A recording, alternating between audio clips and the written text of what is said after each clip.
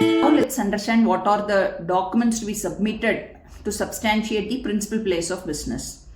Earlier, if you look at it, they were asking for the documents of the landowner's PAN, Aadhaar, their photograph.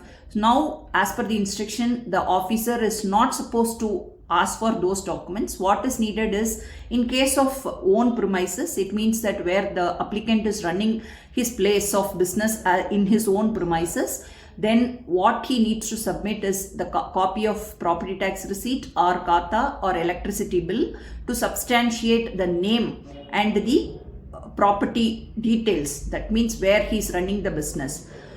If anybody is running the place of business in a rental premises, along with the above documents that I mentioned, the copy of rental agreement also needs to be submitted. The officer is not required to ask for any more documents. There are instances where the rental agreement is not registered. If that being the case, what he needs to submit is, along with the unregistered rental agreement, the above copies of the copy of electricity bill, property tax and kata of the landowner can also be submitted. It is not necessary that the rental agreement should be a registered one.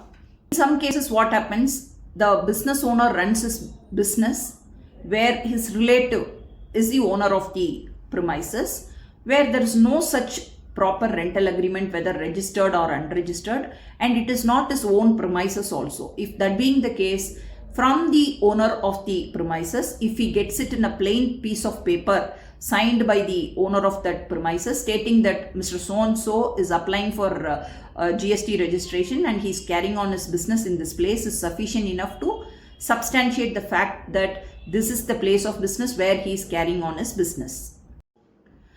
There are instances where the business owner is running his business in a shared premises. In such case, as I mentioned before, a simple agreement stating that it is a shared place of business along with the owner's electricity bill or property tax receipt or kata is sufficient enough to substantiate the fact that he is carrying on the business in the premises.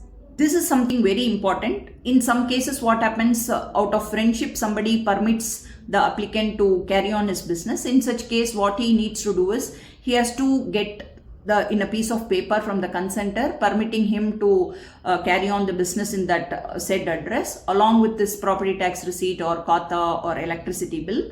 Attaching all these documents, the applicant can file the application to substantiate the place of business. If the applicant is running in the SEZ zone, special economic zone, then the proper document or certificate from the government stating that the premises is a SEZ is mandatorily to be uploaded while filing the application for registration, otherwise it will get rejected.